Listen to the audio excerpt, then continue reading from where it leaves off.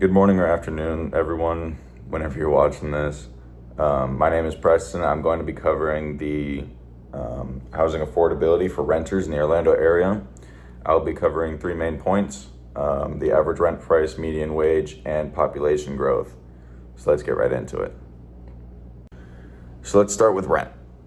After doing some research, according to rent.com, the median rent for a two-bedroom apartment in Orlando is around $1,700.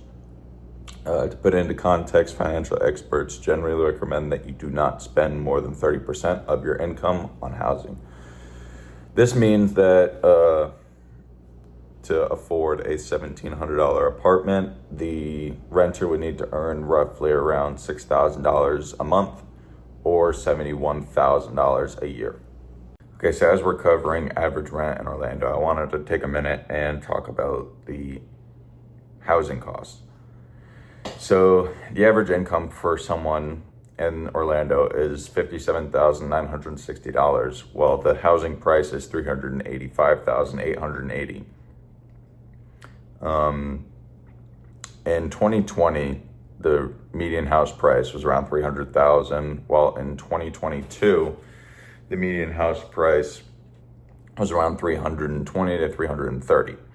While 2025, we were sitting around $380,000. I have a few charts here that show this. Not sure if you can see that. So for here, this is the housing cost burden.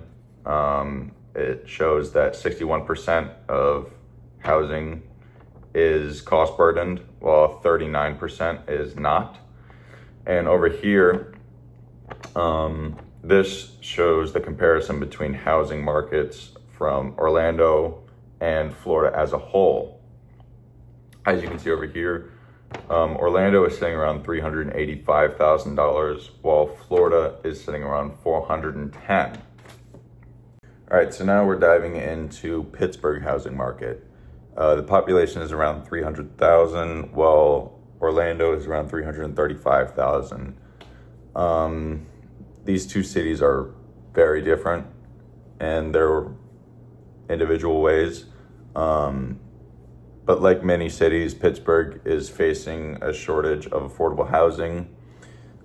Historically, this city was centered around a steel industry in the 1970s and 80s, which essentially the city's infrastructure and stock housing were not designed to exist that long in today's market.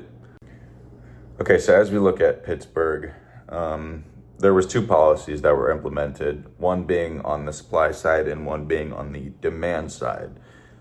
Zoning reform to increase the number of available housing units was put on the supply side, while on the demand side, there was a first-time buyers program that made it easier for new buyers to enter the market.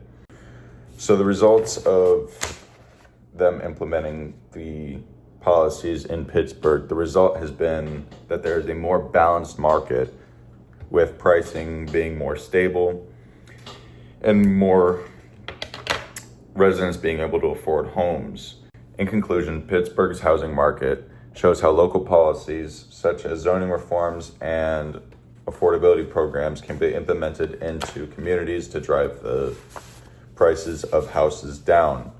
I feel that if this was implemented in Orlando, that the housing costs would be reduced, and this could also transfer into the renters market as well. So I think that's about it.